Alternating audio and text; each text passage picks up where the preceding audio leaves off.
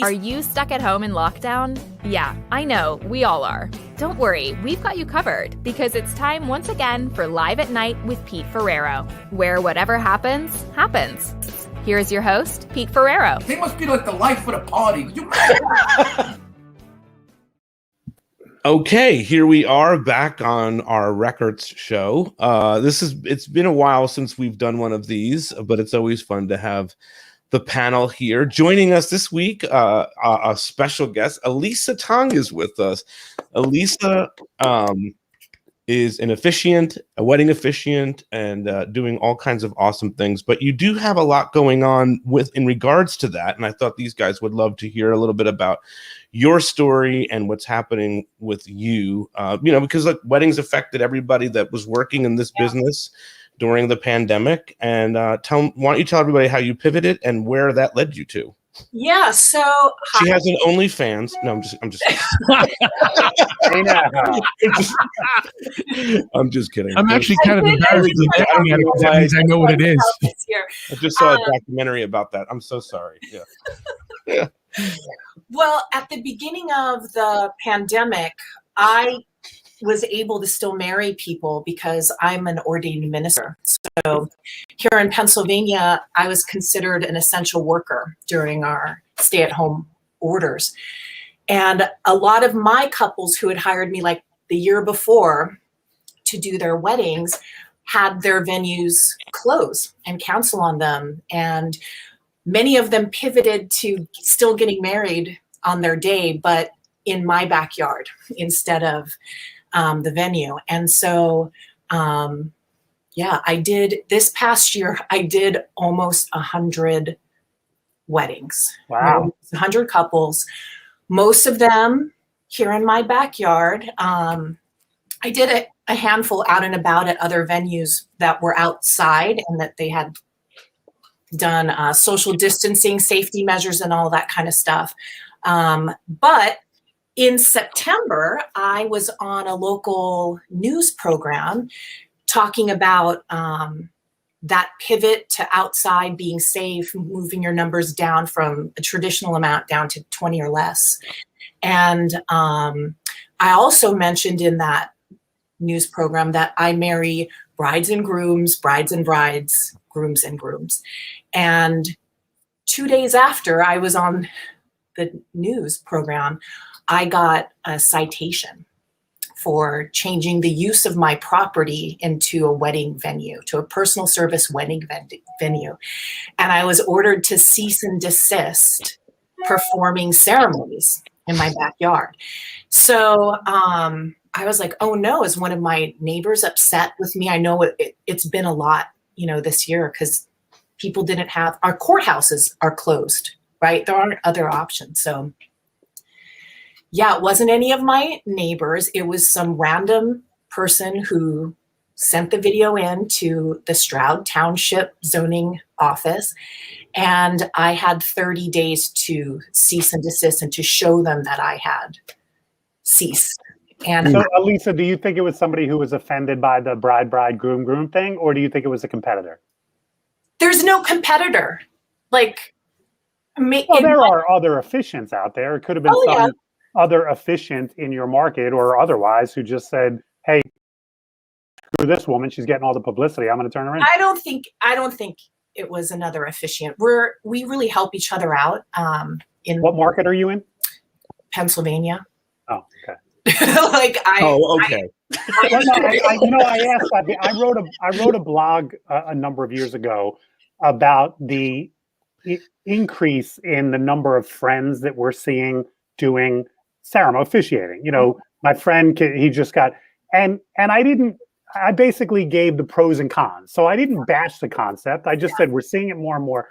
And we had an officiant call our office and basically read me the riot act. You are undermining our industry. Wow. And I can't believe you're even promoting this and telling brides it's not a complete train. And I was like, I'm sorry you feel that way, but this is coming from my own personal experience. It's 50% of all couples who will get married in a non-pandemic year will ask a friend or family member. I didn't realize it was that high. It's 50%. And because of that, Michael, I created sorry, Pete, I'm No. bringing it up again the next time that you're up. The last time I was on this, you're like, did you just pitch the panel?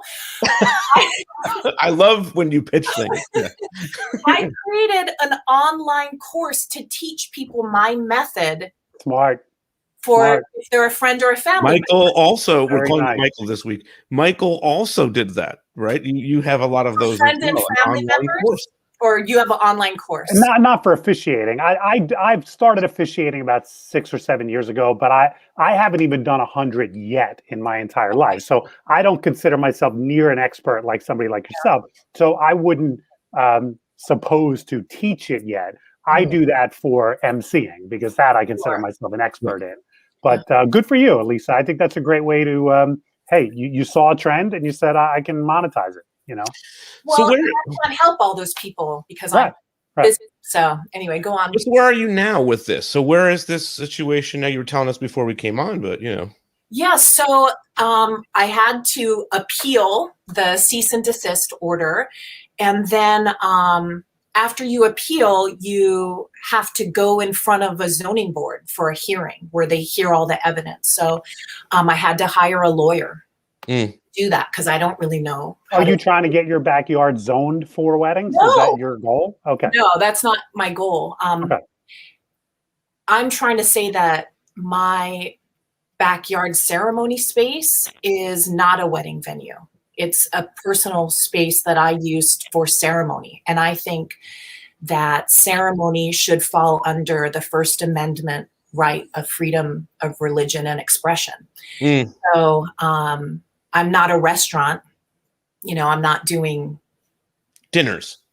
Sometimes people do stay for dinner, but I'm not the caterer. You know what I mean? So anytime people are coming to my backyard, they're coming here for the ceremony. So that's how I understand this space to be. I don't rent it out. There's no other officiant that's here. It's like my personal church, if that makes sense. It does. Sure. So I went in front of the zoning board, who is made up of people who have volunteered for this position in our township. And I don't know, it was the night of the insurrection also. So I was like trying to get ready for it, knowing that I was going to have to give testimony with a mask on, right? Like in person in this room. And so I put some fake eyelashes on because I was like the only part of my face that was going to show to like try to connect with the board.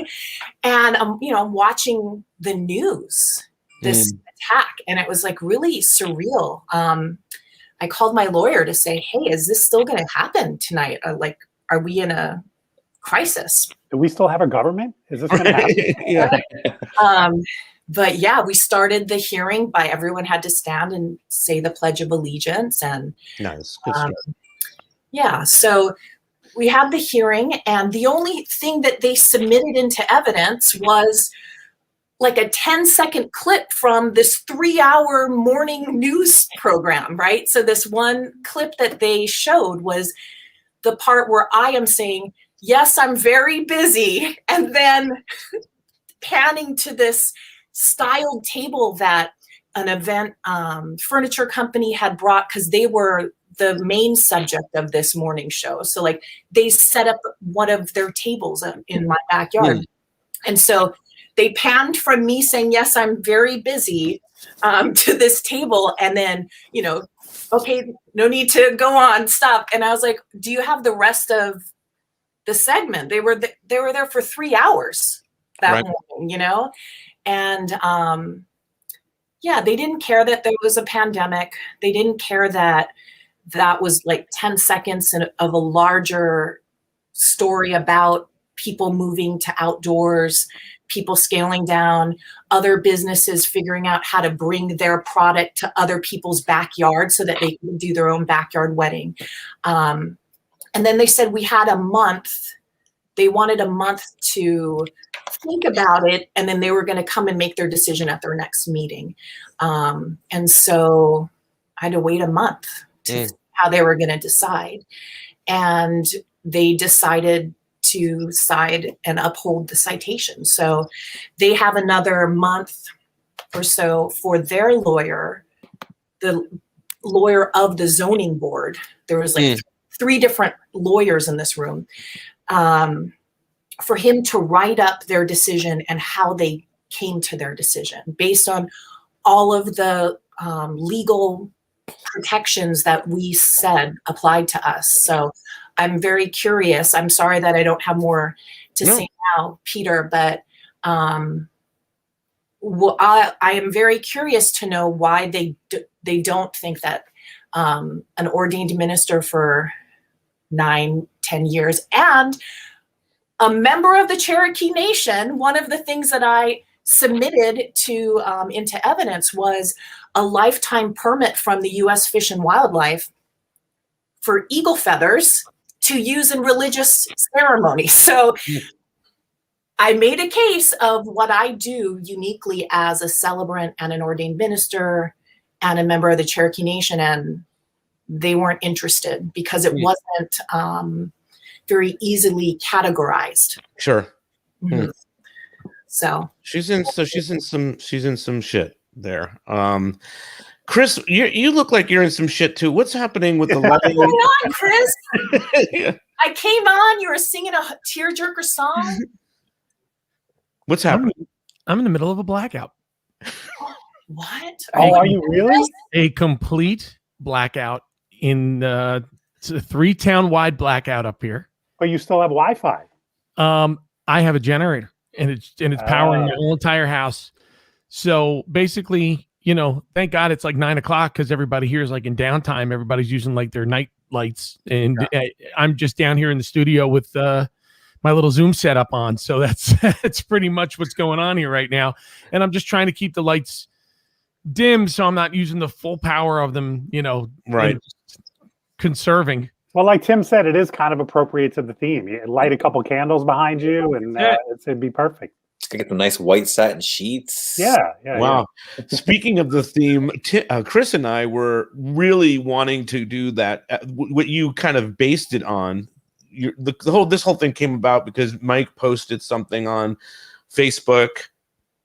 You have 2 Facebooks now, I think. I'm back to using my main one. My suspension is over, so I'm back. He was in jail, and we all have something going on. Elisa got a lot of rule breakers over there. I got a temporary ban too. How would you? You're like the most least offensive person, Mike. The least. I literally called someone a silly goose, and they said that goes against their code of conduct for bullying. Wow! And how long did silly goose get you suspended? A week? No, it was only a day. Wow! I don't know where it goes from. Wow. Well, that's offensive. I'm offended just hearing it. My original post was about Tim, you silly goose. Why would you ever post something like that? How dare you? Do you think that the person that you called a silly goose is the one who reported you? No, because it was immediate. I commented it and immediately booted me. Oh, so you think they have an algorithm flagging silly goose? This is a PSA right now. Be careful with the term silly goose on social media. I think it's the same scumbag that turned in Elisa. I think it's the same person. I think so. But anyway, Mike, so the original post. So the original post was about songs that depress me. And I consider myself a fairly upbeat, positive person, but I'm drawn to songs that make me cry, that just like suck the energy out of me and depress me. I actually have a Spotify playlist of over 40 songs that and I call it Songs That Haunt Me. And so I just threw it out on Facebook. I said, does anyone else, have songs that just kick them in the gut like that? And I think that got you, Peter, kind of thinking about a theme. But it was right. We shouldn't do that the day after Valentine's Day. I think that's down the road. Maybe we should. Let's not do that day after Valentine's Day. It depends, on where you're going from. So we're doing love songs, but Chris has got a couple that I think that blur the line there, right? Is that what you're doing? Oh no, I mean these are love. I guess they're titled love songs, but no matter what you've had gone on. I was saying before we got on air to Pete. No matter what you've had gone on in your life, either grief or a breakup or something like that, you listen to words more intently immediately following for some reason, I don't know why, but you tune in more than you've ever tuned in before. And these might be songs you've heard like a million times. And you sing along to them, like, you know, unconsciously you're singing, it's white noise and you're just singing along. But then when shit goes sideways, you know, and you start to listen to these things and then you're like, oh, that's what they mean. Oh, and it takes on a completely different meaning and you'll never hear the song the same way again. And like I said, it might be something you've heard a million times and it just thumps you a different way and it won't leave you. It'll be stuck in your heart in a different way. Yeah. And, you know, I should let Elisa know a little bit about both of these guys' stories, what happened. I do this every time we have another guest. I should prep them prior to coming on.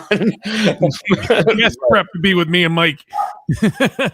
Mike sadly lost his father to COVID at the top of this pandemic. And Chris lost his son in a horrible accident a few years back. So that's where this became more music therapy at one point than it did even about so just a little bit of backstory there. Okay, but let's talk about love songs. Mike, do you want to get us going here? What is a love song? Well, so I just suggested, just so none of our spouses get upset, should we just all mention our wedding song right off the bat? Just Sure. So our wedding song was Norah Jones' "Come Away With Me." Beautiful song. Basically, Norah Jones was breaking on the scene just as Kelly and I started dating, and she became like a favorite artist of ours. And so when we were planning our wedding, it was a no-brainer of a song. And I stand by it today. It is a beautiful, beautiful song. One of the things I like about it is it's fairly popular, but it's not overplayed. So it's not a song that I'm sick and tired of, but we also hear it from time to time. I mean, Kelly and I have a great memory. We were in Iceland a couple of years ago in a supermarket walking around, and it came on the music in the supermarket. And so here we are in Iceland in an aisle in a supermarket dancing to our wedding song. So, That's beautiful. We've had those moments. But so that's our wedding song. Tim, did you have hear where he was going to go? Well, no, because Tim was getting married. You got married during last year, right? But you didn't actually have a wedding because of 2020. But did you have a first dance? So no, we did not. We were saving it for this May, but then when we made the official call to cancel May, it's not happening. So we never. Every May is canceled. Last one and this one is now. But you have to have a song as a couple, no, Tim? Backyard, Tim. Well, we had a song selected that we were going to use, and all the songs that I chose for tonight's discussion basically led up to this song in a sense. Cool. So I don't know if you want to go into the whole journey of it. Yeah. What is the song? All right. So the song that we have, or that we were going to use, was a song called "I Want to Be the One" by Fun. And it's not a very well known song by Fun or in general, but it's nice. It's upbeat. And it's a love song, but it's not like a traditional love song where it's like would make you cry or very just it's like a very just like kind of lighthearted. And I think we wanted a song to dance to that we wouldn't just be swaying very slowly. But yeah, that's our song that we were going to use that we have yet to maybe one day when we have a renewal, maybe so you can renew us. Well, Elisa,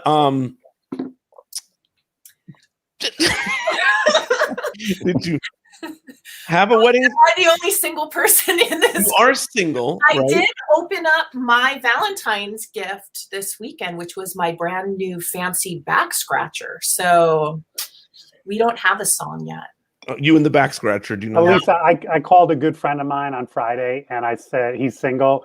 And I said, "You are so smart. You saved so much money this weekend." And he's like, "I do." So there's advantages to everything. Well, you and the back scratcher, got friendly. So that's great. Chris, how about you? What is yours?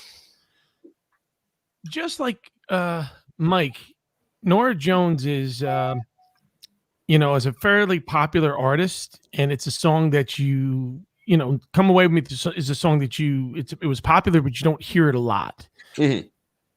My song is from a very, very, very popular group, but the particular song is one you do not hear a lot. And my wedding song was the Eagles' "Love Will Keep Us Alive." Beautiful song. That's sweet. And that, you hear all the Eagles songs, but you really rarely hear that one. And we started dating. I mean, now I'm gonna date myself. During the beginning of the Hell Freezes Over tour, and we went to see them live and during that thing, and that song just always stuck with us, Yeah. Mine is Bon Jovi's "Thank You for Loving Me." I think you knew that, Mike. I knew that. Yeah. And it was not, I mean, I'm not even that huge of a Bon Jovi fan. I'm not a Jersey rock kind of person. I love Bruce Springsteen, don't get me wrong. But I came into that later in life. I didn't come to that early on. Just don't get into a Jeep with him while he's driving down around here. Well, I heard about that. Another person that did some bad behavior during the pandemic. Andy Hook, don't get in a Jeep with him. He might get pulled over. That's what I heard. Yeah, I heard that. No, it was gonna be an Otis Redding song I really liked. That's How Strong My Love Is, and then great song. We debated that one a long time, and then it was almost Jamie Walters, but the 90210 reference for any of those people following this right now. And then once she got me out of Otis Redding, then she swerved me into Bon Jovi. Yeah, because I was pretty locked on Otis Redding for a long time, and then we swerved, and then we wound up with the Bon Jovi one. But then I was like, you know what? There's something about getting married in Jersey and having a Bon Jovi song as your classic. Absolutely. Yeah. What's Jamie Walters' song? Not like "Hold On" or "How Do You Talk to an Angel"? Hold on. It was "Hold On," huh? Yeah. Okay. Yeah. Okay. There you go. Okay, Gary B says Jamie. Or were you technically in New York when you were dancing to that song now? What's that?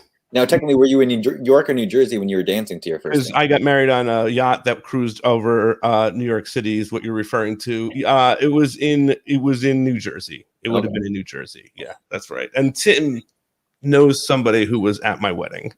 Right. That was a long way of saying. I know who was at your wedding too.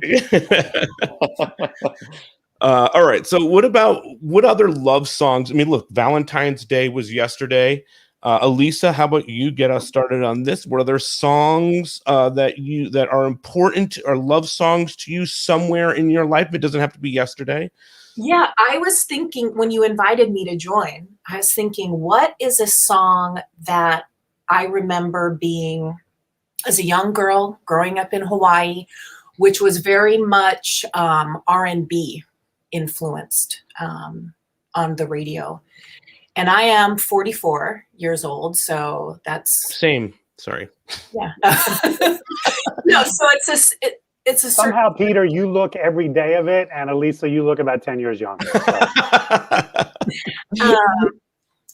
I'm also drinking this Hawaiian beer in your honor today. Big Wave. Big Wave. Oh, nice. Yeah. Mm-hmm. But I remember this one song called "Two Occasions." When I heard the lyrics, I only think of you on two occasions, that's day and night. I thought, what? This is genius lyric writing. And yeah. Who is Two Occasions by? I think it's, what is it? The Deal? Wasn't Babyface in that? But yes. That song has been sampled and covered in so many other big, Chris. Yeah. Where else has it been? Like that's occasions. I know what song you're talking about, but I have to hear it. You're not like getting it. You didn't like feel it in your body as soon as I mentioned it. No, that's those occasions where I didn't. Tim, did you feel it in your bones?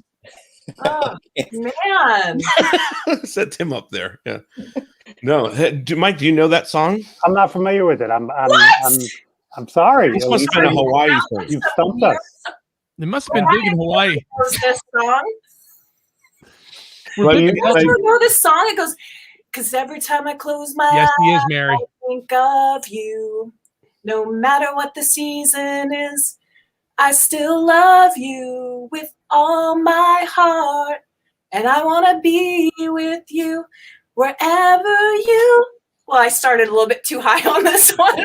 No, that's great. That's great. Sounds great. You don't know this song? I don't know it, but I know a few Babyface songs. Whatever he played on 90210 is what I know.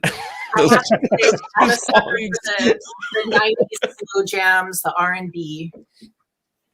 Okay. Well, sorry we couldn't help you with that, Elisa. All right, well, we would start playing it here, but Facebook will shut us down as well. So cease and desist. like, just the thought of a song playing Facebook, Really? like even that conversation made the moments turn us off.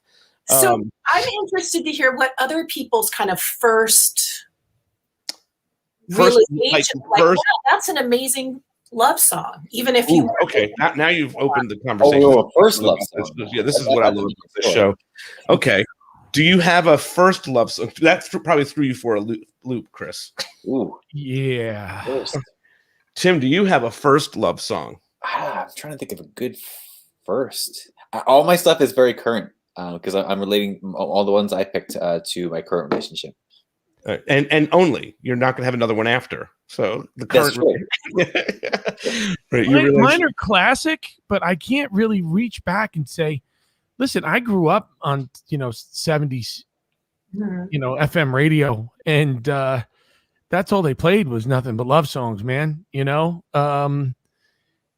So this is actually, and I could go on forever about love songs because this is kind of like my wheelhouse.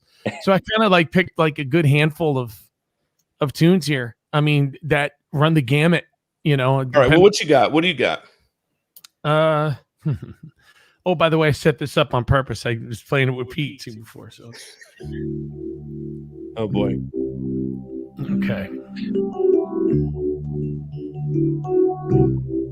If the sun refused to shine, Great song. Yeah. I would still be loving you. Great tune. Mountains crumble to the sea. There would still be you and me. All right, I'm going to have ask you to stop right there. I'm down. We just know what's going to happen, right, Mike? Yeah. Yes. You're about to get flagged, kicked off. When you're doing one of those pumping the music DJ things when quarantine first started, and how soon did it take you to realize? That was the maddening thing. Sometimes we got an hour into a set and didn't get kicked off. Sometimes you got one song into a set. So it's not like you could ever predict when you were going to get kicked off. It was maddening. And I stopped doing it just because I couldn't stand constantly looking at Facebook to see if I'd been thrown off yet. I couldn't handle it. Cops came. Oddly enough, Cops came. Yeah. Doing it the way I just did it will not get you kicked off.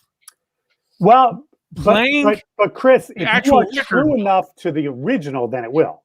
Right. Oh, but you gotta be. I think they read the drums though. Like they read the rhythm section. That's the algorithm that they use. But if it's just straight up, I do these things all the time, and they don't kick me off for doing that. Okay. All right. There you go. So that's a beautiful. Thank you by Led Zeppelin. In case anybody didn't know. I knew that. Tammy says LZ. Yes, that's who it is.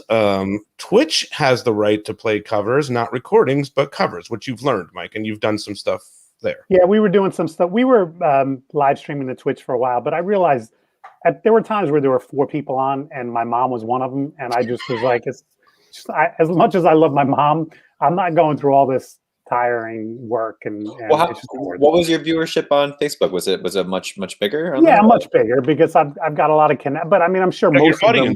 I'm sure most of them were DJs who were critiquing my mixing skills, which I don't need that kind of pressure either. Mike, you're doing a good job when they're all looking at you like this. Right. I just thought about Elisa's question, and I have the answer to the first love song I ever heard, and it was "If I Fell" by the Beatles, because my teacher in middle school played it, and I thought he wrote it. I had no idea, or whatever grade I was in when he played this. And I was like, wow, Mr. Rainsford is such. Yeah. Stage name, by the way, Mr. Rainsford. Of course, the music teacher had a stage name, right? So anyway, yeah, he was playing "If I Fell" on the acoustic guitar, and I was like, "This is the most beautiful song I've ever heard. I cannot believe it." And I told somebody later that day at lunch, I was like, "I don't believe Mr. Rainsford wrote this song," and they're like, "It's a Beatles song." Oh shit, huh? Yeah. Lisa, you triggered me, and now I figured out what the very first love song that I heard was. What? And that's "The Air That I Breathe" by the Hollies. Oh, that's a good song. What a great song that is. All consuming. Oh my God. Yeah, that's a good song. Now, did that trigger anything? That trigger's a nice word these days. Did that trigger anything for either you or Tim there, Mike, about your first? Well, when you said you didn't throw it to me, I thought immediately, it's probably not the first love song I ever heard, but the first love song I ever that knocked me on my ass was "For Crying Out Loud" by Meatloaf. Oh, nice song. I was 11 years old listening to "Bat Out of Hell" had it first come out, and I remember clearly thinking to myself, I wonder if I will ever love someone the way the singer of this song loves this woman. I really thought, and I mean, I was, I hadn't even 11, I hadn't even had a relationship yet, but I remember just thinking about how mature and adult love sounds like, and I couldn't wait to get there. I remember that. That is so similar to me, Michael. I remember, growing up on this island, listening to Anita Baker, thinking, one day I'm going to be a grown woman, and I'll be like, and have these emotions someplace, and be in these adult situations, and that was a very creative imagination time in my life. Tim, did that trigger? Are you triggered? I'm trying to think of because now, how old were you guys when you had your song connects to this first song? I'm trying to think. Mine's I'm thinking about when I'm a child. Well, like I said, 5. I know I was 11 because "Bat Out of Hell" came out in '77. I was 11 years old, and I played that album. I wore the grooves into that album, and I remember hearing that song. I loved the only song I can't stand anymore is "Paradise by the Dashboard Lights," just because it's become a gig song. Yeah. But I mean, I still to this day love that entire album. And that song, it wasn't one of the songs that I brought to the table for tonight, but if you want to talk about my first as a kid, I was 11 years old. And I think for me, it had to be the same around that same time period, different years, but that's the time. I was past the girls have cooties phase, but I didn't have a first girlfriend yet. But there was that mystery about being in a relationship that I was hoping would happen soon. Tim, did that help anything? I was going through my mind. I think that a couple of things. Tim, do you remember the first song you ever heard? No. It was "Lick My Love Pump." My Spinal Tap. If I had to go really young, like when I was 4 or 5, I remember watching a VHS copy of Back to the Future and hearing "Earth Angel." I don't think I learned how much I love that song till way later on, into the fact where even when I hear it at weddings, it still is I do like that song. I don't know if it's just associative, but I guess if I had to go to adolescence or when you start actually kind of feeling, like you said, less, like Mike said, no cooties anymore. Our music from our era was not great, so it was truly madly deeply kind of stuff. So that might be the first thing that triggers in my mind of oh, that was my first slow dance. Ooh, Savage Garden. Now you got me thinking about my first slow dance. Interesting. Everything leads to something, doesn't it? All right. Well, what did you put on your list, Mike? So I think the lyric, "I want to rock your gypsy soul," is one of the great lyrics of all time. Oh, God. Van Morrison's "Into the Mystic." That song I love the way it builds. I love the kind of trippy lyrics, the fact that he doesn't speak specifically, but we know exactly what he's talking about. That to me is one of the great love songs of all time. Oh God, what a great tune. Isn't it? Yeah. Zach Brown does a version of his song "Free," which is off that first record, and that's a gorgeous song too. But he does a breakdown in the middle of it where he puts "Into the Mystic" right in the middle of it, and then he comes back out of it and goes and finishes his song. Yeah. And I actually do that version at weddings for people who are Zach Brown fans. they all know free. So Right. and it's not chicken fried. It's like you with it's like you with Bat Out of Hell. It's like it's not paradise. So when somebody says, "Do you guys do Zach Brown?" and I go, "Yeah," and they go, "Not chicken fried, right?" and I go, "No," and I do free, and they go, so they do that. So then when you jump into the Mystic in the middle of it, now you get the kids that like the country thing and the adults who love, who know that into the Mystic tune. What a gorgeous song. Wait, you do like a mashup of that? Yeah. Mm-hmm. That's cool. Very cool. I picked for mine a 90s rock song, but it's because I always remember it's called In the Meantime by Space Hog. Nice I don't know if you guys know this one. I think they were like a one-hit wonder, but I can remember I was working at Nobody Beats the Wiz back in 1996, I think is when that came out. Oh man, it really is like a bass 90s lines, man. That bass line is awesome in that tune. But I can remember because I had just met Christina at the time, and I can remember not even going to Nobody Beats the Wiz, but Nobody Beats the Wiz had like a training program. So I had to go all the way down to somewhere in like mid New Jersey from North Jersey to go to this training seminar every day. And every day that song would play. And then I would talk to Christina later or whatever. And then, so that in that first year for me became that song, that constant go-to of this is happening. I'm in this thing. And this Space Hog song is somehow, the theme of this time period for me. So I picked Space Hog. Do you guys know that song? Yeah, of course. Yeah.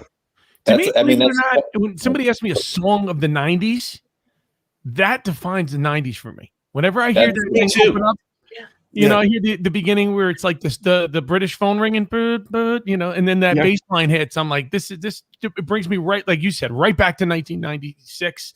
I'm 26 I know exactly years old already. I can remember everything as soon as I hear it. And that kind of goes back to Mike's original post. Like as soon as you hear it, it stops you, right? So in terms of that love story, and it's not a love song, it's not something that draws you in, but it just puts me in that time place in 1996, and I can remember the beginning of that whole story, that whole storyline. So for me, that's that one. Did you pick one, Tim? Did you say your song yet? I did not. I have a whole build up. Yeah. But so mine kind of goes back to our original thought. We were talking about wedding songs. So question before I get into this, for Mike, Pete, and Chris, you guys got married before you guys got into the industry, or were you guys in like what was your scenario there? Well, Mike, I've been married twice. At both times I was already DJing. So okay, I got married. No, I had not been in the industry. Okay. Yeah. And I was a musician. I wasn't a DJ at that point. I was still doing like the touring thing at that time. Okay. So are you asking because did we purposefully avoid gig songs as a wedding song? Is that why you're asking? Yeah, I guess because when it came to me selecting a song for our first dance, I've been doing this for years now. Last thing you want to do is pick a song that, for me, we associate with a gig song, or that we associate. Totally agree. We also edit these songs into so many highlight videos and all that kind of thing. So is your first song "Trains Marry Me"? Yeah, exactly. 1,000 years, yeah. Remind me to tell you a funny story about 1,000 years. It's the absolute. I got a train one that's hilarious. It has to do with an officiant. It has to do with a photographer. It's absolute. I love stories like this. All right, we're here. Wait, so let me do it real quick so we don't forget it. Yeah, throw it in.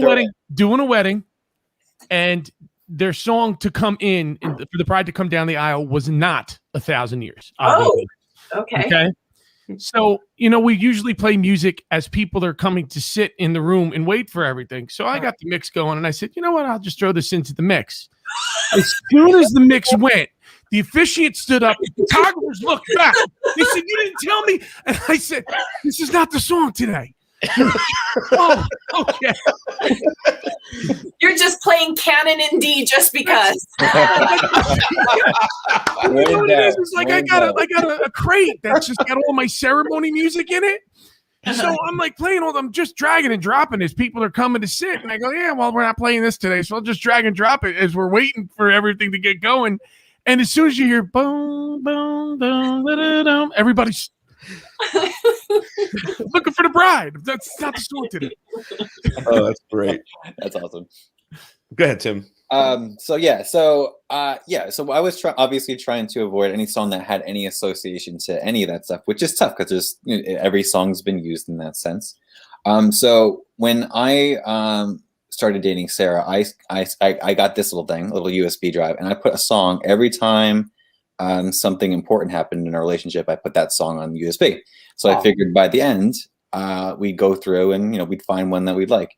And so that movie's also coming out on HBO Max. And, right? Like we used to call that a mixtape. Like, song on the USB drive, right? So we took a trip once and we listened to the whole thing, and after we were engaged just to reminisce and enjoy it. But we didn't find one in particular that was like that stood out, So it's funny that the song that we ended up going with, we had no association with. It was never a thing that we just like. We both were listening to it and we're like, "This is a song? I think this is a song." And is that the fun song that you mentioned earlier? The fun song, yeah. I think we like it because we don't associate it with anything else. It's just us because we both kind of found it together in that, and it just clicked. But to go back to, and I guess at least one of these songs on here, I would go with Menzinger's "After the Party." Which again, not so much of a traditional love song, but it hits me in the right spot because it's basically kind of puts into a time period when you're kind of like after your years of your 20s and partying and having a good time. Then you kind of find someone in the thick of that, and you're just like, we're in this together, even after the party. Like, let's do this. Let's keep going. All right, let's see what some people are saying. Mary B's got Crowded House, Don't Dream It's Over. Yeah. No. 90210 reference there. And then the Pretenders, I'll Stand By You, Anything by Journey. These guys might disagree. I would say not at all. I think Faithfully and Open Arms are both tremendous love songs. Can you make them both? Like, let's start getting weddings to end with Faithfully instead of like. Can we make that move? I prefer to end on a high note, but I see your point. I sing it live at every wedding. Do you? Yeah. First Dance was Firehouse, Love of a Lifetime. I guess that was very popular in its time. Yeah. Good stuff. All right. So what do you got next, Chris? What do you got next on deck for us? I love songs that kind of flip the concept on their ass. One of those things where it's like, by all intents and purposes, if you're listening to the lyrics, it doesn't sound like it's a love song, but it absolutely is. And in the same vein of The Air That I Breathe in terms of time period and stuff like that is I'm Not in Love by 10cc. Yeah, that's a good one. And really, the entire song, he's just trying to convince himself that he doesn't love this girl. I keep your picture on the wall. It just hides an empty space that's lying there. I'm not in love.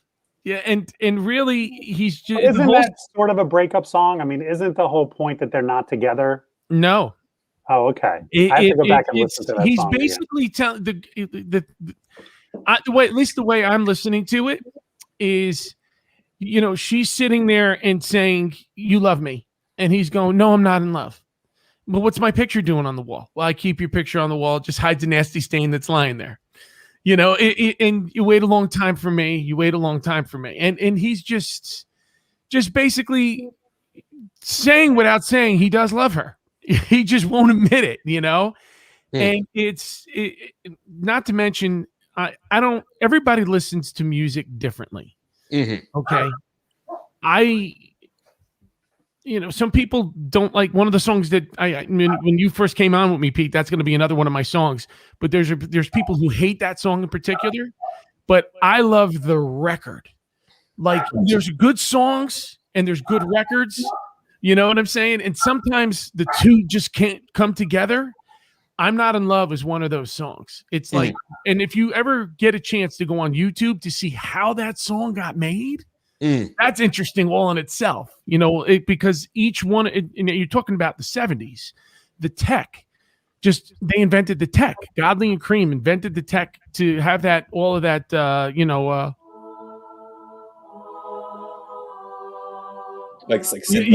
that that I forget what it's called, but it's actually still used on a lot of records in the 70s. But it's all that, and right. Each one of those is a key on a keyboard, and it was sampled, and it just. If you see what they did to put that record together, and when you listen to it, you have to listen to it with headphones on. A nice set of headphones, and you sit back and you just immerse yourself into the song. It's a whole experience, not just here's a love song. Yeah, it's the way he sings it and how it's blended into the track and everything else that goes on all around it. It's music is what it is. It's an experience, and it should be experienced that way. Yeah. That's why the song stands out to me in a world of love songs. For its concept, I'm not in love. Yeah, you are. Right. And I can't wait to give that a better listen. All right, Elisa, what do you got? Mike, I'm just curious. Do you have any Taylor Swift songs on your I do list? not. No. Does she write any really love songs? I mean, most of her songs are sort of breakup and. Yeah, isn't that her thing? Is the breakup? But I will say, Betty made my songs that haunt me. That song kicks my ass. Like I literally can't listen to that song sometimes without like pulling over and crying because I don't know what she did to her, but she fucked Betty up, and she's so sorry. It's I love that song. I think it's incredible. Do love that song. Yeah. Do you like Evermore, the record Evermore? I like Happiness off of that one and Coney Island. I feel like those two songs are wreck you wherever you are, especially Happiness for me. Yeah. I had more time in the summer, so the first record I listened to a lot, the first album. The second one I've spun a couple times, but that first one was on just nonstop. I mean, yeah, well, because it was released at the right timing where we needed something to listen to. Right. You know what I mean? So it was perfect. Yeah. Okay, Elisa, what do you got second? I actually have a question for you guys. Oh boy. Okay. Since you guys know so much about music, maybe you could tell me why this song is one of my favorites, even though I don't understand it. Okay. Dave Matthews Band, number 41. Number 41? I'm going to need to take a little refresher here. Is that a hidden track? No. I thought that was the hidden track on that album. Well, here's one thing. I can't stand listening to anything by Dave Matthews. I'm so sorry to say that out loud. And I apologize to any people that love Dave Matthews. I feel like this particular song, whatever. I like it. Elisa, I think not understanding a song sometimes is better because you can get like Chris was saying, some songs you just get lost in the sound of. And when you actually stop and try to figure out the lyrics and try to break it down and make sense of it, it's like explaining a joke to somebody. If you have to explain a joke to somebody, not only will it not make it funnier, it will make it not funny. Yeah. And sometimes just it's the whole experience of a song rather than the specific lyric or message.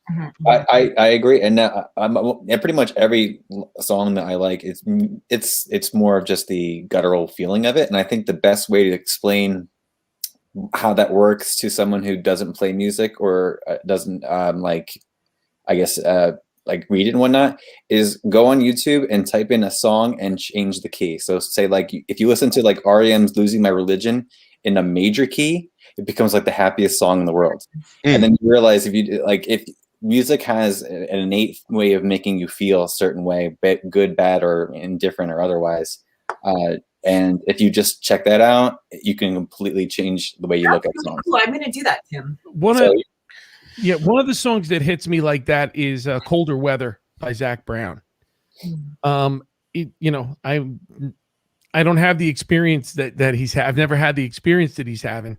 But there's something about the last verse when it just breaks down and it's him and it's just him and the piano and he goes, "When I close my eyes, I see you, no matter where you are." And it just it can hit you like a sledgehammer. And it might not have anything to do with the record or the words or anything like that at all. It just might have to do with just the tones, the way it was recorded, the way it's resonating off of your vibration. Mm. You know what I'm saying? Whatever you're putting out, it's connecting with it somehow. And you could show it to somebody else and they might not get it because they're not vibrating like that. You know what I'm saying? They're not on that wave. And it's just where you are in particular in your life, you know? I did love, and Nicole said it too, Losing My Religion. I know a bunch of people are watching because of 90210, and there is that significant moment with Brenda and Dylan with Losing My Religion. And that's a song that I grew up with too in the 90s. And I had my own Losing My Religion experience with, well, somebody that you just put an ex-girlfriend from high school and whatnot. So I might know who that is.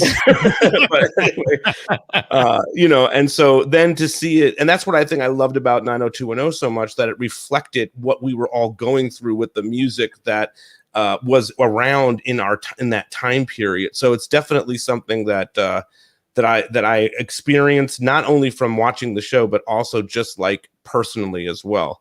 So that was a good, I think Tim brought that up. Right. Yeah. If you want to go even deeper, on Netflix, there's a show called Song Exploder. Have you watched it? It's amazing. Yes. What's the name of it? It's a show called Song Exploder. Is it Song Exploder? Yeah, They take a song. There's only like I think 8 episodes, but the REM episode explores Losing My Religion, and they break it down with the original artist talking about the whole process from writing it to recording it to hearing it years later. It's crazy. Type makes it very dramatic. Yeah. Speaking of 90210, Pete, though, that Nobody Knows Me Like My Babe. That's like a sledgehammer to the gut. That's like one of those that just you can. Well, and particularly for the episode of 90210, but also then, you know, whenever I hear that song, that is about the Lyle Lovett song. Yes. That is so funny. That is one of the songs I was going to talk about tonight. Oh, wow. No way. A friend of mine, I was attending her wedding and I didn't know what her wedding song was going to be. And the MC introduced that. And I was like, that is so cool. Because I've always loved that song. Such a simple, beautiful, beautiful love song. Well, 90210 used it in a way when I'll try to keep this because I know you never watched that show because you probably just missed it, Mike. It's like I did, yeah. It was not my generation. I was already. How old were you when that was out? That was what was out when I was in high school. So yeah, I was already in. My career was underway. I was working my ass off, and I go back every once in a while and watch the SNL episodes from the 90s because I never saw one of them.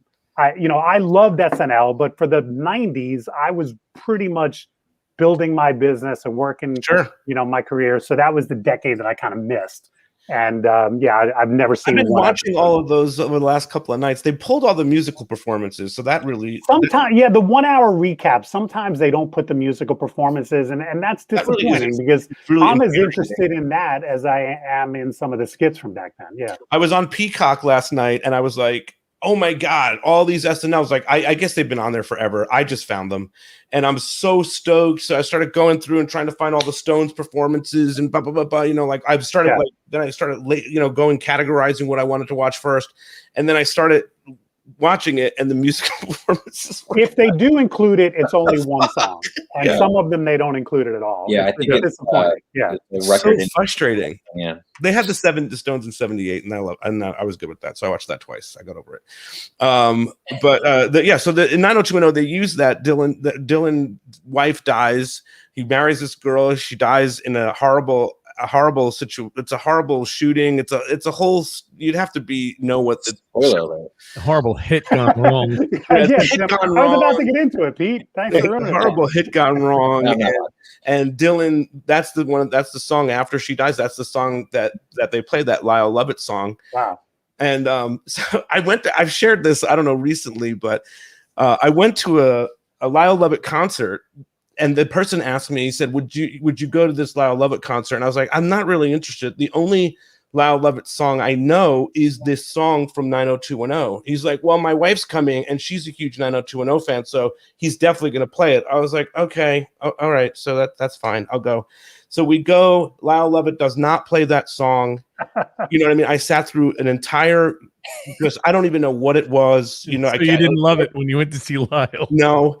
And so I was leaving the place and I said to the wife, I was like, oh my God, I really wish he had played, you know, that song from, because she knows 90210, he told me. And she goes, well, I don't know 90210 like that. And so I quit 2 weeks later because I could not work for people that lied about a disconnect. Yeah. How much they knew 90210 or how much they didn't know 90210. They just felt like something was shady and fishy. And so that was the end of that. Okay. What else you got? Tim, you got another one? I had a couple. Like I said, I went through. This was probably the hardest one that we've done so far because I was like, you don't really like love? No, not that. It's just like we know so much about it from our history, but also we like, I don't know. It's tough for me because I tend to like songs that have like a little bit of like a tint of sadness in love songs. For me, that always flavors it better for me. Because if it's just like super happy-go-lucky, yay, everything's nice, it just seems like disposable. But I guess for another one for me, I would have to go. This is going to be out of left field, which I don't know. Is by a band. Kenny G. Now, didn't we do a show once where Kenny G was your Christmas? I told you when I said it, I would never live it down. But no, it's a Danish band called Volbeat, and there's a song called For Evie, and part of it is in Danish, which is going back to the idea that like you know, I don't even know what they're saying in it, but I can still feel what he's saying. I associate it with Sarah because it was one of her bands that she introduced me to. What's the name of the band? It's called Volbeat with a V. Volbeat. I'm making a playlist of all these songs. So I can all right. Yes. How about More Than Words? Beautiful song. Yeah. Great song. That's my era growing up with. You know, it's one of those songs that gets a bad rap because of, you know, just it was overplayed. And, you know, the band that did it was really a hard rocking band and they took a lot of shit for it, you know. But when you know, it's the funny thing about Mike, I don't know if you feel this way, but about being a DJ and about liking music in general, everything I think is like cyclical. Something that's like really popular gets so overplayed that you don't ever want to hear it ever again. Sure. And then you don't hear it for such a certain amount of time that when you hear it again, you go, oh yeah, that, I just feel that. Yeah. You know, and it becomes in a way new again, you know, and you have that same initial reaction that you had to it. That's one of those songs, you know. That was a huge wedding song for that time period. That it came out in 90. So yeah, probably 90 to 91. That was one of those, like every third wedding I did, that was their wedding song, you know. I mean, it was reflective of the time, like Chris said too. I mean, it was on all the time. You know what I mean? Like it did get a little bit overplayed. That's how we used to rock things in the 90s. Just, that's a great song. Let's just play it 2 million times on the hour. You know what I mean? Until it's been played so much that nobody wants to ever hear it again. Which is weird. Aren't they a metal band? Weren't they known for? Yeah, that's the thing. They were a rock band, the heavier rock band, and that's what they're known for. Is just stripped down acoustic. And that's usually the breakup of those rock bands. It's like, we don't want to put the ballad on the album. Why are we going to put the ballad on the album? All right, we'll put the ballad on the album as long as it's not released. And it's released and it's like the huge hit from the band. And like that's, if you go back to any behind the music, and it usually is followed up with, and that's what broke the band apart. And not just rock bands, because the Commodores had a very similar time period, because the Commodores were a funk band. And then Lionel Richie started writing these ballads, and they became more popular, and people started going to Commodores concerts wanting the ballads, and the rest of the band was like, we don't want to play this shit. I just watched the other night, Chicago too, When Peter Cetera came out with "If You Leave Me Now," that was the beginning of the end for like Chicago in terms of that Peter Cetera era. Right. And when he released, because they got to the point and they had lots of hits at that point, and then they kind of hit like a wall with their Hot Streets album. And the next thing they said, well, we need a hit. And Peter Cetera just goes in and he recorded most of that with just the producer. It was just him and the producer. And of course, it shot all the way to number one, and everybody was loving the fact in the band that it was number one, but behind Peter Cetera's back, they're like, fuck you, I hate this ballad crap, that's how it was the beginning and the end with that. Tammy mentions Guns N' Roses "November Rain." Very, very, very good tune. Mike, I'm curious, why was Nobody Knows Me on your list? Did you say why? I missed it, maybe. I actually am a Lyle Lovett fan. So sorry. No, it's okay. It's not a big deal. I can see why he's an acquired taste. I actually got turned on to him. He does a song called "If I Had a Boat." I know. I love that song, and I bought the album that it's on, and it's a pretty good album. And then I might have bought like another one. I've gone to see him a handful of times. He's one of those artists. He usually tells a lot of very funny stories in between the songs. Oh, I know. So even if you don't love the song, the setup on the song is often very dry sense of humor. So I've enjoyed his concerts in the past and everything else, and that just to me is just a beautiful song. I don't know that I ever would have heard of it were it not for being a Lyle Lovett fan. So you have no 90210 reference to it at all. It's Zero. Because of this person who played it out. I'll give you a funny one. I saw Lyle Lovett in New York City years ago. You've seen him more than once? 5 times maybe. Yeah. Wow. I saw him in New York City about 15, 20 years ago. And a woman came out and introduced him and said, "Here's Lyle Lovett." And I was with a friend of mine, and we didn't have great seats. We were sitting back, and we were like, "Was that Julia Roberts?" I was like, "No, why would Julia Roberts introduce him?" And it was like a week later that their relationship broke into the news. And if you remember, they got married for like a week. And then she woke up one morning and said, "What the fuck did I marry this ugly guy for? I'm Julia Roberts." But yeah, I mean, and so I saw her introduce him. I feel like they did a movie together. The Player. I feel like they did. Is that where they met? I don't know. I think so. Mm-hmm. Robert Altman. Yeah, that's right. Mm-hmm. Yeah. Wow. So that's how you got that. Elisa, do you have another one? I'm bad. Is it going to be 0 for 3? Well, Tim is used to that. Listen, I'm going to listen to all these that you mentioned. So, exactly. I dated a guy who introduced me to this song. It's called "Mirror Ball" by this group called Elbow. Beautiful. The Elbow? Is it The Elbow? So I was wondering if it's Elbow. Oh, it's just Elbow. Oh, I think I know Elbow. They're always on like the live music channel. Are they? They're like they're not American, right? I think they're. No, they're not. I love Taylor Swift's Mirror Ball. Oh, really? Her Mirror Ball is really good. Mike, how does it make you feel? How does I actually identify to Taylor Swift's Mirror Ball probably more than any of her of her songs. Yeah, and it's a song that if we had done the other version of this show that we were talking about, that I probably would have referenced, that it stops me immediately as soon as I hear it, because it's all about the reflection about what you for me, this is what it's about. It's about the reflection that you sort of give others, and what you do to please others, sort of. And it makes me feel super emotional when I hear that tune. Yeah, but thank you for asking me that. Okay, get back to the Elbow song though, because that is a beautiful, beautiful song. Mm-hmm. Yeah, I gotta listen to that too. And what does it make you feel?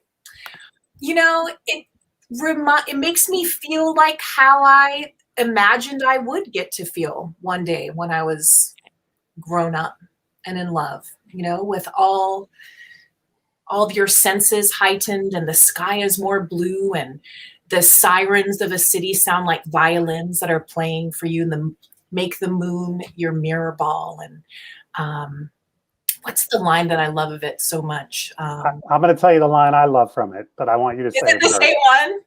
Hopefully. I don't know. We invented it. Yeah, we kissed like we invented it. What I never heard the elbow version until Peter Gabriel covered it. Yeah. And I heard the Peter Gabriel song. It was on an album of covers. The cover was not as good as theirs. And no, it wasn't. I went back and listened to but I had never heard the elbow version. And I remember I was going for a run and I had that album on and I heard that line and I literally stopped in my tracks and I was like, what a beautiful. And I mean, that's what new love is, right? Yeah. Like you kiss like you feel like no one has ever felt this way before. We kiss like we invented it. And then the follow-up is, and now I know what every step is for to lead me to your door. Wow. Goosebumps. I got it too. Now I got to listen to it later.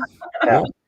You know what song has a line like that? Was Ray LaMontagne's "If I Can Hold You in My Arms." And he says, well, you kissed my lips with my mouth so full of questions. And I thought that was a fantastic line.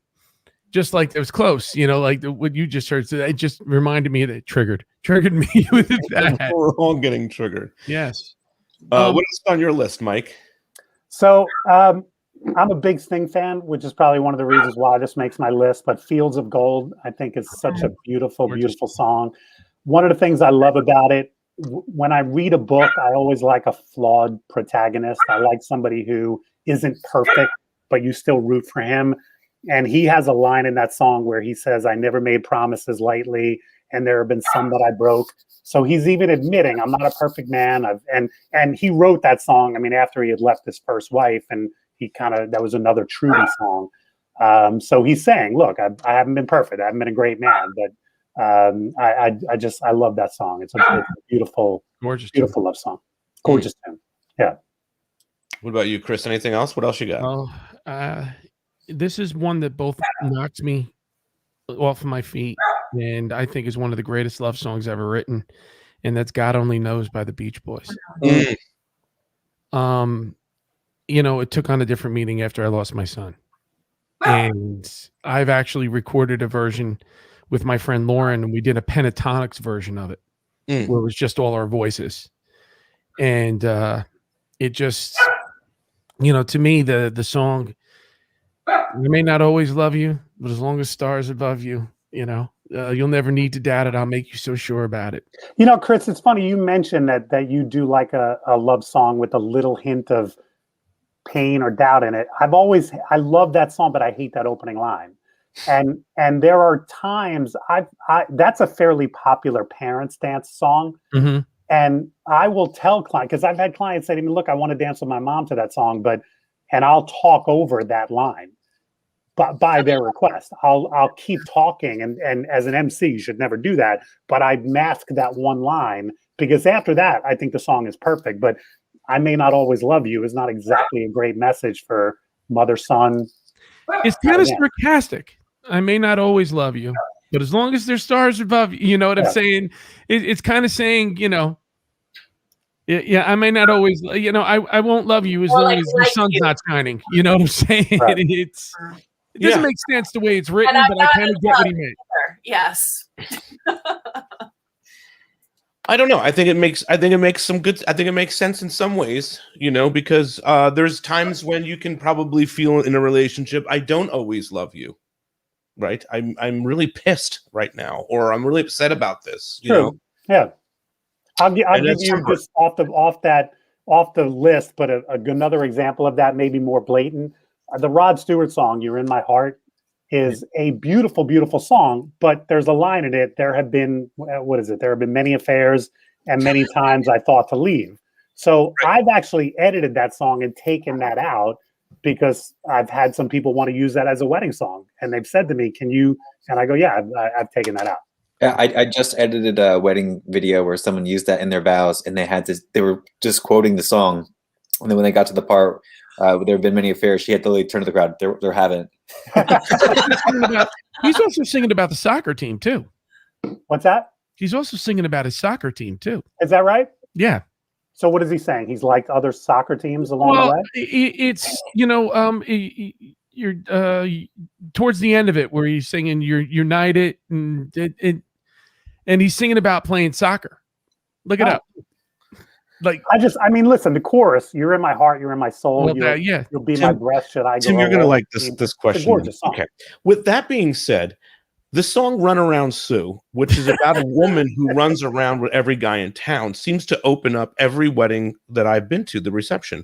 Is that the appropriate song lyrically to open up a wedding with, this dance party about a woman named Sue that we all know that screws around with everybody in town? Is she really screwing around with everyone, or is there some sour grapes there? I mean, according to the author of the song, she's been around with every guy in town. Well, and first of all, Peter, how about you get a little woke here? Women are allowed to explore their sexuality as much as men. I'm not debating when that. a guy sleeps around, he's a stud, but when a woman does it, we call her a slut. It's not fair. So I'm not debating. That's not. Peter, You're saying we're on Sue. Like you swerved that, but I wasn't debating that point. I'm just saying, it sounds like you're slut shaming, and you need to stop. They're trying to say they want their dance party to be an open, free expression. There you go, Elisa. There you go.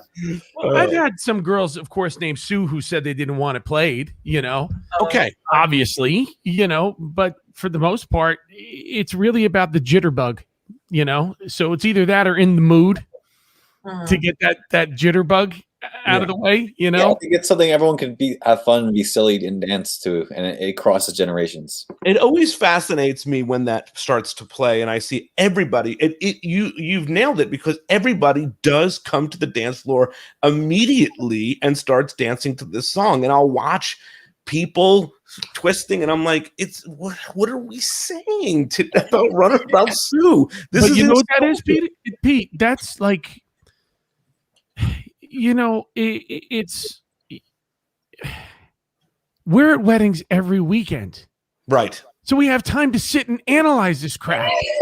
Very you true. know what I'm saying? I mean, like, we're playing it. Look, we're the lifeguard looking at the pool. They're in the pool, right? Yeah. So it's a different view on the entire thing. You're right. At this point, we're just sitting here going, I don't know how these people can dance to this song. It's talking about this.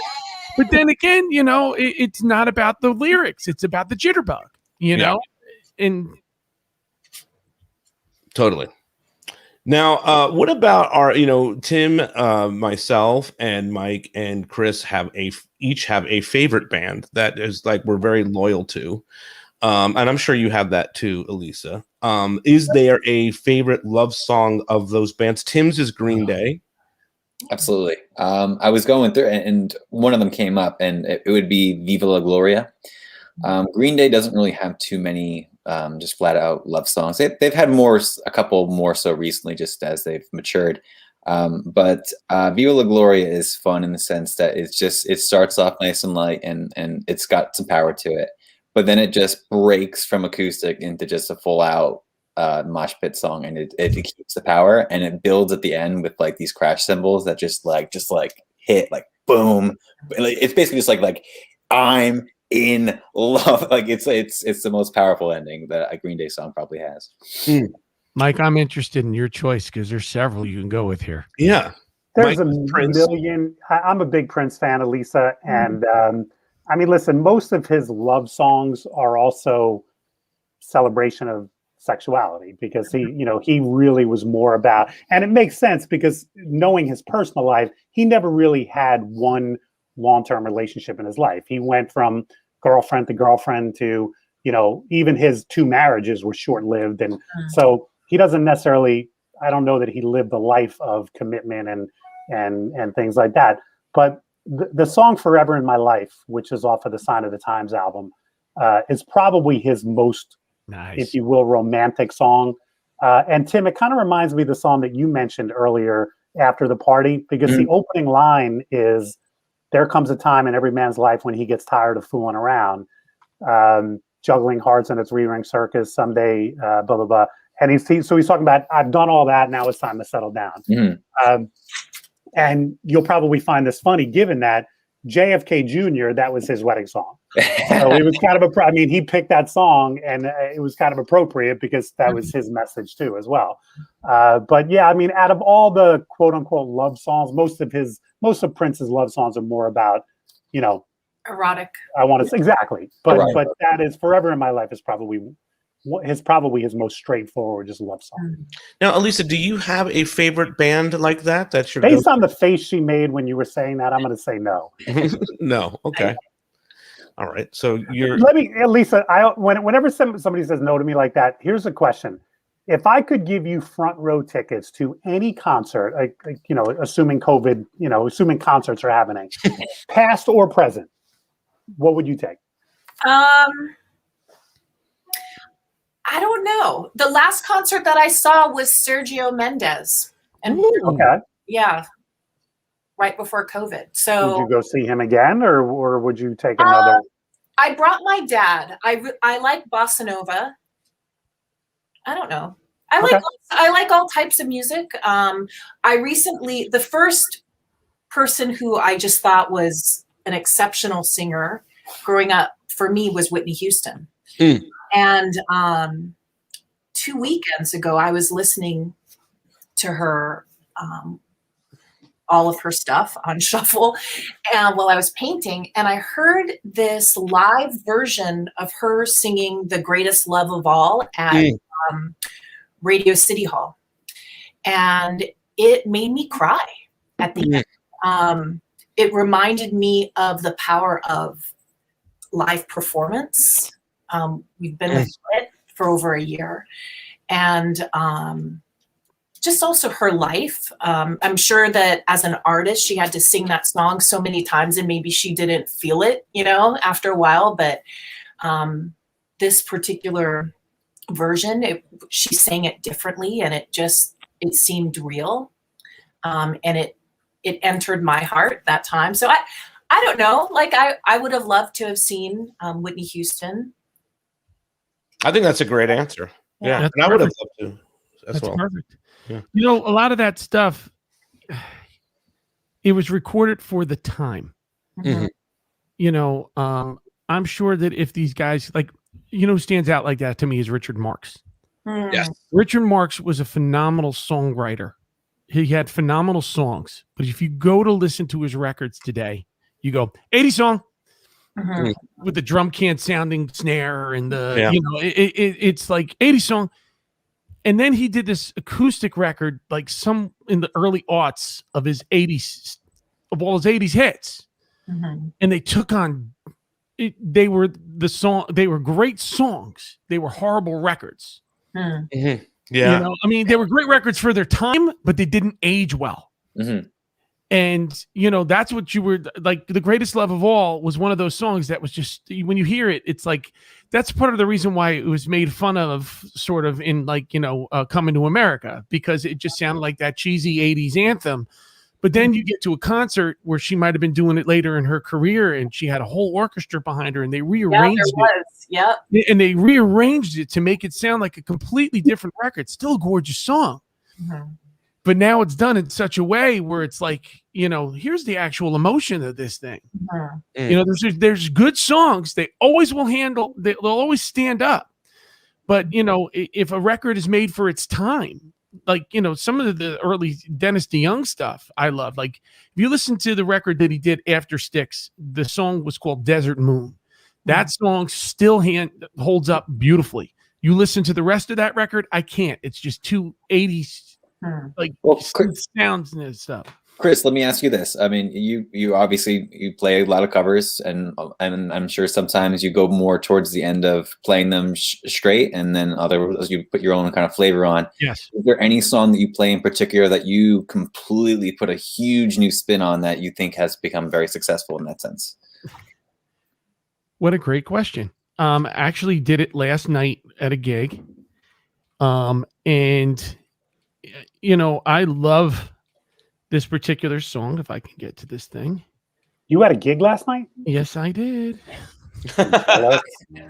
Jealous. Okay. So this is my version of this song. So real quick. Okay. Peter's cringing that we don't get thrown off. There is freedom within, there is freedom without. Try to catch the deluge in the paper cup. There's a battle ahead, and many battles are lost, but you never see the end of the road while you're traveling with me. Hey now, don't dream it's over. Hey now, when the world comes in, they come to build a war between us. You know they won't win. I have zero talent. Down. This is exactly what I I'm have talking about. no talent whatsoever. Just strip down so like good, that makes Thank that you, Chris. song. That was beautiful. Beautiful. Thank you. That makes that song sound so much different, and it puts the emotion, because it's got that whole middle section that's like, when I get to the.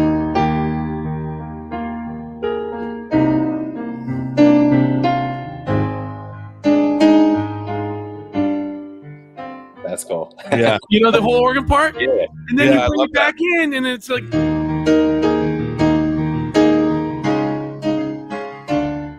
And you break it down. Nice. Now I'm walking again to the beat of the drum, and I'm counting the steps to the door of your heart. And then you end it real big. Hey now, don't dream it's over. Hey now, when the world comes in, they come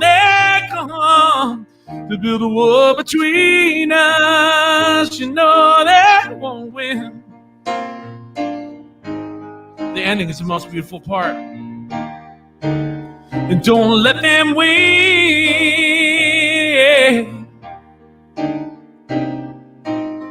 Hey now. And I do this at weddings.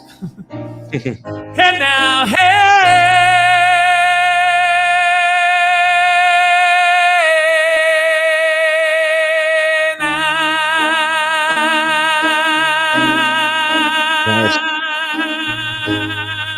That's why he had a gig last night and I did. Great, man.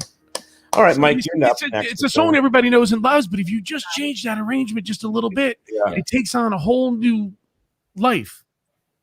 Mike, did you want to sing a song now? Did you want to do? Yeah, sure. Let me bust out I got my piano right here next to me. That's good. Chris, but what about Billy Joel?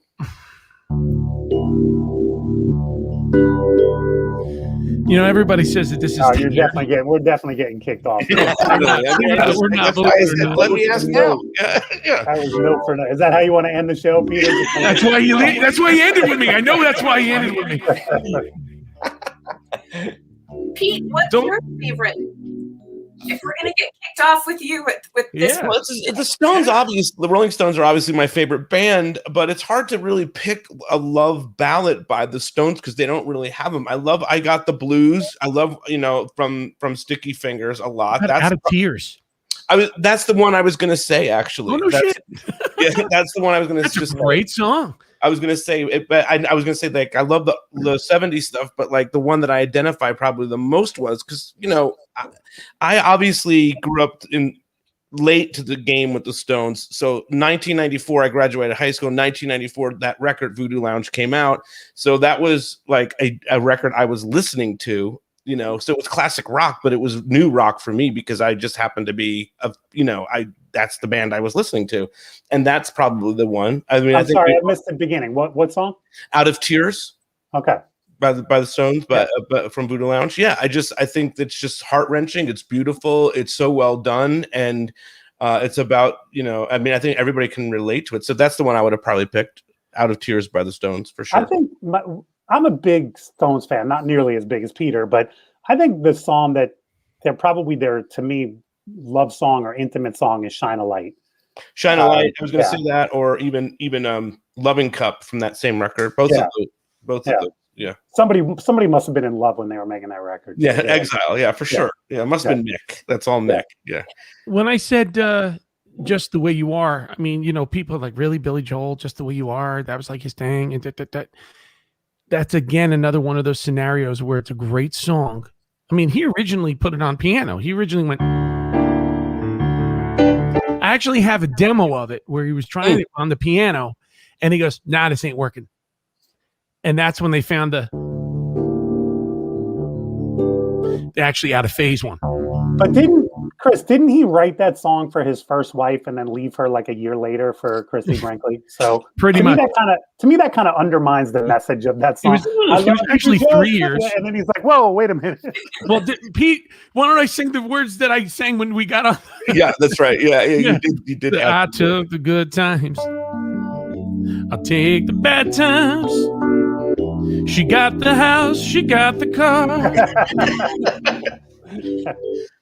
That's hilarious. No, I mean that's true though. You're right about that. Yeah. Does that ruin that for you? Absolutely, that ruins that song. And yet it doesn't, because I look at it as a song. The thing is, and it also uses that sound from 10cc's "I'm Not in Love" is in there. Right. If you listen to that, but it's a great record. It's just a great record. I mean, if you look at it from the standpoint of the way you wrote it, and he didn't leave her for like another 3 years, and his wife was actually his manager. Okay. It's a win-win, okay, because it was a hit. She was the manager. That's it. Yeah. She's over. She probably did okay from it. So I think that's Diane Weber. I think her brother made. By the way, you mentioned money. Richard Marx, Chris. Yes. Does anybody follow him on Twitter? I do. A little bit. Yeah. Hysterical on Twitter. He tweeted recently. I had to look it up. Went to the dentist today. My teeth are fine. I just wanted to hear some of my songs. That's great. That's amazing. After Hurricane Sandy hit, I did a video, and I did my own version of "Endless Summer Nights." Because, growing up in Jersey Shore was, I mean, Mike, you're down there, so I mean. But some of my greatest memories, and to watch Seaside basically sink into the ocean was heartbreaking and heart-wrenching. To watch Manasquan, underwater essentially was really heartbreaking. I played in LBI for 14 straight years, every summer on Sunday and Monday nights. And, for some reason, again, it's not necessarily the lyrics, because if you listen to it, it actually is a love song. And we're on topic, okay? But I did a darker version of it and made a video with all the pictures of what happened after Hurricane Sandy. Wow. And it took on a different meaning. And it was more like, if we can have it all again, say that you'll be with me when the sun brings your heart to mine. And because, it happened in the fall, and everybody in the Jersey area was wondering, are we even going to have a summer? And I made the video on like February, March. I'll repost it on my page and tag you guys in it. I'll let you guys, hear the version I did of it. Yeah. It sounds absolutely nothing like the actual record. And Tim, that's another version of like, you take a beautiful song and then you change the arrangement and it'll hit you in a completely different way. Did we hear Tim's favorite Green Day? Yeah. Yes. Viva la Gloria. Oh, okay. All right, let's do one more each song, but not too deep. Let's just, if we have anything left on our list that we haven't hit, and then we will call this a night. Tim, anything else that you want? Any other songs you want to just throw out and reference? Ooh, just to throw out? Come back to me. Hold on. Let me plug in my USB. Okay, Mike. You're going to be surprised by this because it is a bit of a gig song and it's kind of cliche, but Unchained Melody by the Righteous Brothers. My parents' wedding song is an incredible song, and I'm going to say I love that song before Ghost resurrected it. I've always thought that it's a beautiful, haunting love song. So, I almost think Ghost ruined it in a way, but yes, I do know what you mean. Yeah, and I actually don't play it a lot at my events because I don't want to play it out. Because I don't want to get sick of it like I am of so many songs. Yeah. Which Another is one of the songs I sang at a wedding. Still there. Yeah. It's still good. What were you going to say, Tim? I was going to say, I was actually thinking of putting Unchained because it's one of the few songs that I feel like that are, there's only a few handful of slow songs that we hear all the time in the usual the list of songs we hear from DJs and bands, and that when that comes out, I'm like, yeah, this is still good. It hasn't been ruined. Like I can hear it a million times. It's still great. How about you, Elisa? You got anything else you want to throw out there? Yeah. I did not grow up listening to Neil Young, but this past year, since I was marrying people in my backyard, I did get to see people do a lot of first dances. When normally at a wedding, I leave after the ceremony. That's right. And then we all miss you. I know. I miss you. Who's going to eat all those chicken cordon bleu balls? Right. But I was so touched by a performance of Harvest Moon. Here. Beautiful song. And Great song. Top to 10. it so many times that it was on my Spotify Wrapped from mid-August to the end of the year. I listened to it so many times, and it's so beautiful, and that sort of that waltz aspect to it, and that's on the list of songs. Can I tell a quick story about that song? Sure. Are you familiar with the Old Orchard Inn? It sounds familiar. Yeah. Mm-hmm. It's a banquet hall very close to me, only a couple miles away. And it's part of a golf course. And they have basically the banquet room is like outdoor. It's like a tent kind of area. It's like a hard roof, but tented sides. Mm-hmm. And I was doing a wedding, and it was a wedding in October, and it was actually the night of the Harvest Moon. And they wanted to end their wedding with that song. And it was just a picture perfect, gorgeous, gorgeous night. And with about 10 minutes left in the night, I looked outside and the sky was clear. You could see the stars. And I said, screw this. I'm not doing this song underneath the. And so when I got 5 minutes left in the song, I said, folks, we're going to need everybody to join us out on the lawn. We turned our speakers, and I had everybody dancing under the stars to that song. And I'm so proud. As an MC, I'm so proud of that moment that I thought of it and I realized it. And I made it happen. Wow. And and that song, every time I hear that song, I think of that moment. Oh, that's awesome. Mike, it's funny as you say that. This October 2nd, as a matter of fact, we were all doing weddings outside as much as we can. Mm-hmm. I had a wedding that kind of like shrunk down, turned into a micro wedding outside at a restaurant. And it went from 3 to like 8, one of those things. And full moon. Mm-hmm. And I ended the night like, you do your last song and then you do the closing credits tune. Yeah. And I use that. And I actually have a picture on my Instagram of me, my virtual DJ clicking with the moon in the background. Nice. And the virtual DJ saying, getting to play Harvest Moon during a Harvest Moon. Check. I love that. That's definitely, that was something, because it just was like, this is just perfect. And it was just, everybody was just saying goodnight and was having it. Yeah. And you just hear the niceness of that song echoing, because it was this restaurant was on a lake. Mm. So you could hear it, just going throughout the lake, and it was just gorgeous. So, yeah. I'm going to add one more. Yesterday, thinking about 2020 and I know we're in 2021 now, but what is a difficult year it's been for so many people. And Valentine's Day was really different for us, because we actually celebrated Valentine's in 2020. We went out, we ate at a restaurant. It was, it was still a normal thing, but we didn't do anything. We were in masks. We didn't go anywhere. And we actually just went to go to the location that The Office is, the TV show, The Office. We went and saw that building, but we just sat and looked at that from the car and got out and took a picture or whatever. Anyway, later on yesterday, the Bob Seger song, we listened to the Bob Seger song, We've Got Tonight. What a great tune. And I just was so emotional about this whole thing, but we've got tonight. You know what I mean? And this Valentine's Day, this is what we have. So I wanted to add that one to the mix of just beautiful. Go ahead, man. Yeah. It means tomorrow. Let's make it last. That's a great, man. Yeah. And Christina. I know you're weary. I know you're weary. I know your plans don't include me. Still here we are. Oh, what a great tune. Both of us lonely, longing for shelter from all that we see. Why should we worry? No one will care, girl. Look at the stars so far away. We got tonight. Who needs tomorrow?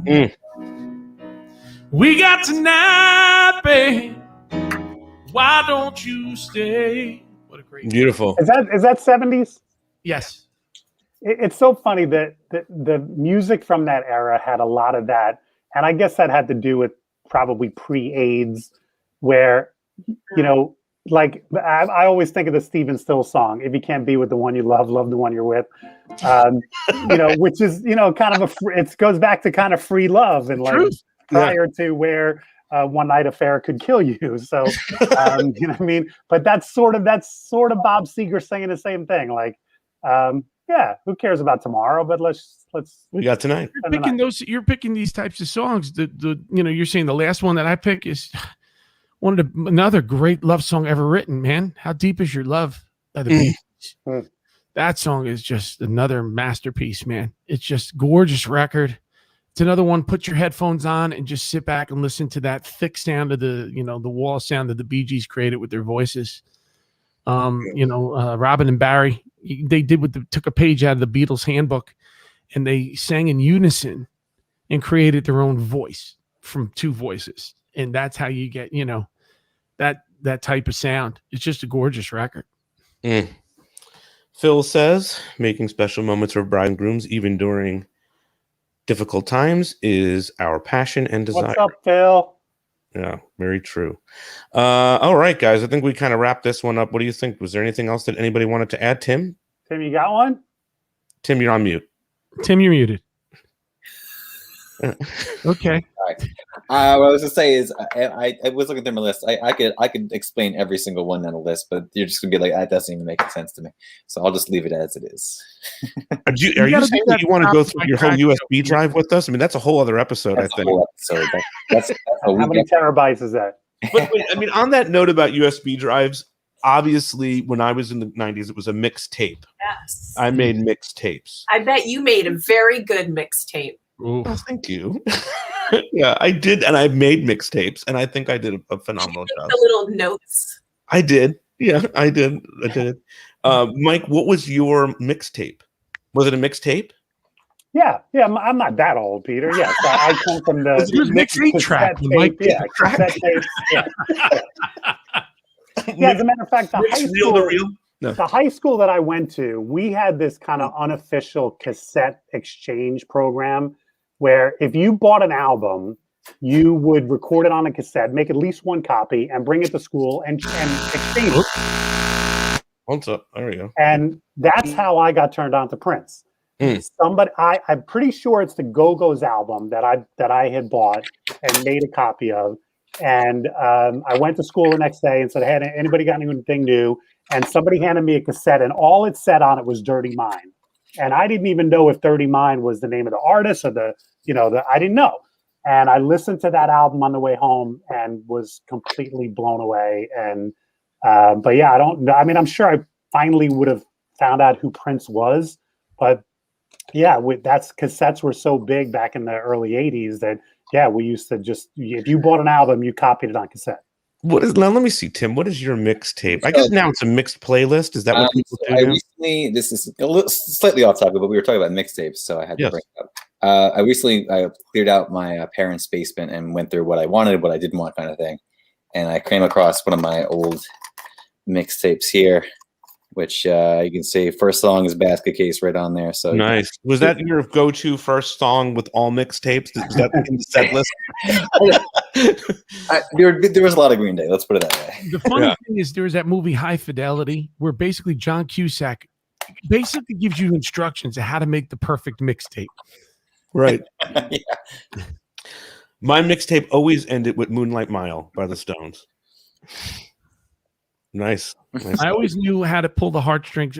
First of all, I used to make mixtapes for girls I liked.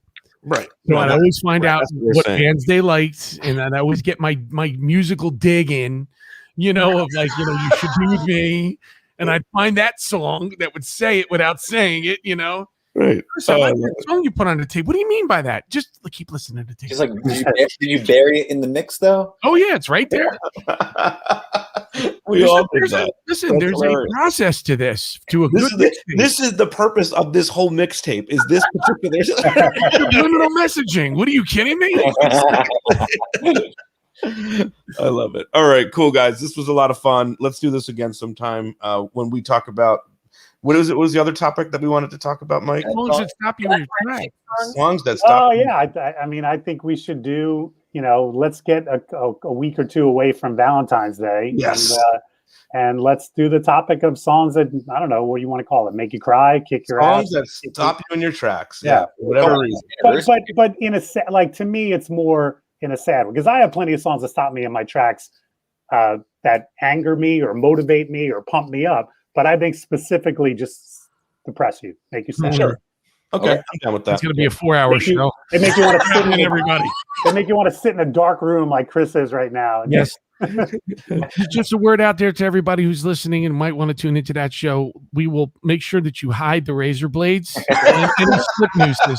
Yeah, definitely. You may be carrying in your house. Oh, that's great. All right, guys, this is a lot of fun. We will see you all next time. All right. All right. Thank you. Yeah. Be good, guys.